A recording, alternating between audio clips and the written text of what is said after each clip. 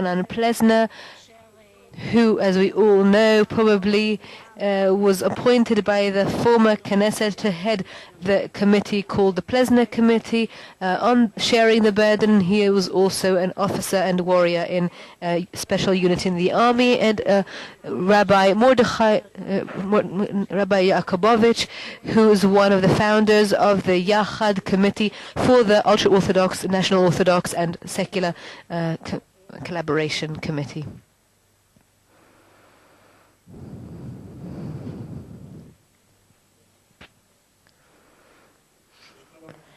Hello everyone. I would like to say that in the first slide I was a member of the team that worked here on the study, and some of my positions and viewpoints have already been incorporated into the report of the committee, but I would like to emphasize several points that perhaps have not been clarified enough in the presentation given by Meir. I think that one of the most important things that we need to pay attention to and take advantage of and make good use of is the dramatic change that Meir referred to that has taken place in the ultra-Orthodox society. It is such a significant change, and it's so dramatic that in and of itself it is a lever for these changes that we are interested in, and we should aspire to use it rather than to stop it by having a conflict.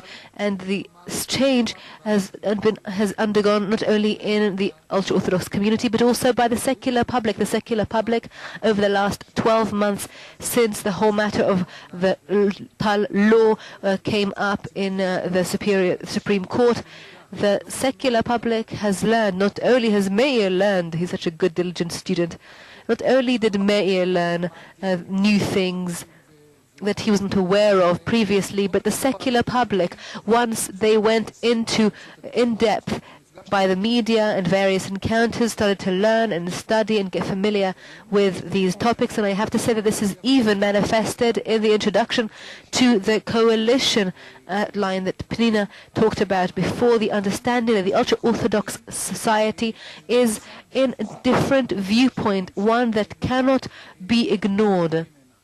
This is a viewpoint that has to be taken into consideration and considered. And I remember opening sessions at the Plesner Committee before the committee was even part of the Security and Defense Committee, and some of the viewpoints that were expressed there were that no matter what, the ultra-Orthodox are going to have to serve in the army and so forth and so on. And slowly there was a process of learning there. At first there was maybe one voice heard, but later on there was change. And I must say also that the annulment of the Tal law, I'm one of those people that thinks it was a mistake, or at least I feared and worried at the time that it was a mistake.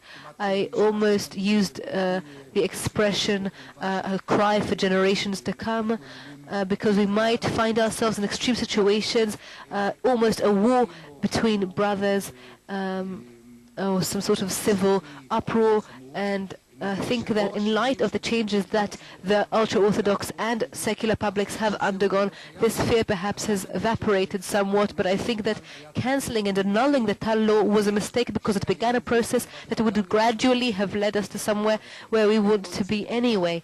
And I think that Meir didn't talk about this. He only talked about the number of people, of ultra-Orthodox men who have mobilized into the army, but in the second 5 years of the Tal law, between 2007 and 2012, Tal law, if I may remind you, was already valid and entered into force in 2002, but for the first 5 years nothing happened with it. And then between 2007 and 2012, in those 5 years, about 10,000 ultra-Orthodox men, again 10,000 ultra-Orthodox men, were integrated into either military or civil service.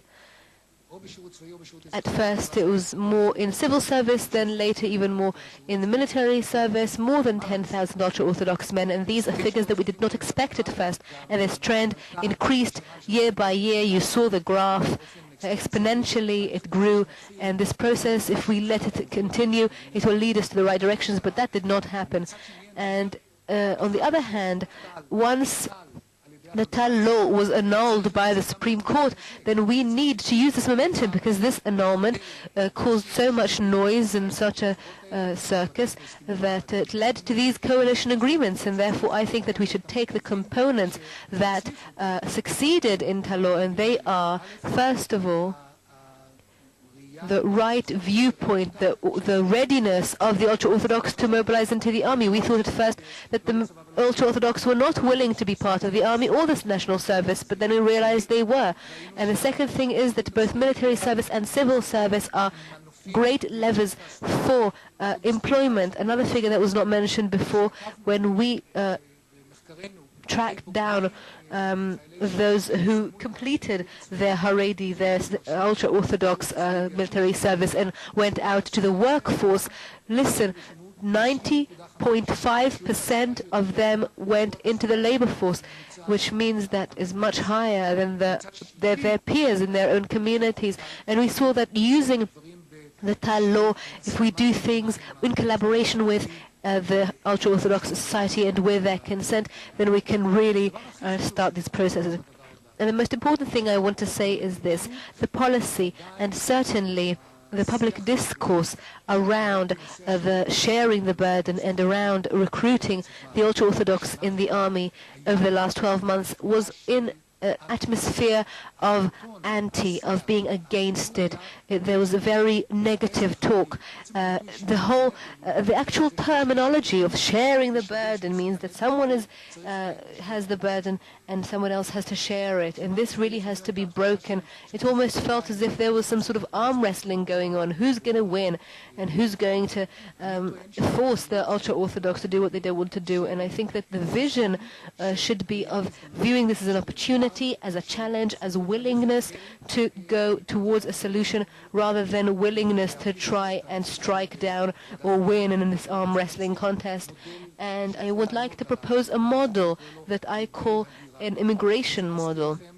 I want to remind you that the Israeli government, when it wants to start a large national process such as absorbing 1 million immigrants in less than 10 years, it can do so. Israel can do so. Israeli governments are able to do so, and they don't do this from a negative atmosphere or from a sense of forcing anyone. And no one has ever heard, when talking about the Russian immigration absorption, nobody talked about sharing the burden. They talked about a challenge, they talked about an opportunity, they talked about realizing the potential for industry, for high-tech, for the next generation, for the Israeli economy. And that's why the right model, the correct model that the government should adopt, is one that sees the ultra-Orthodox community as an opportunity, as potential to be realized, rather than a disaster or people who are trying not to share the burden that they should share. And if such a policy can be adopted, and if alongside it the obvious will happen, which is an interdisciplinary, interministerial policy, all the ministries are oriented along this line, then, and all the resources are directed at it, I think we will go from an effort to share the burden to the success of using and taking advantage in a positive way of a population that can really make the Israeli economy prosper in the next generations.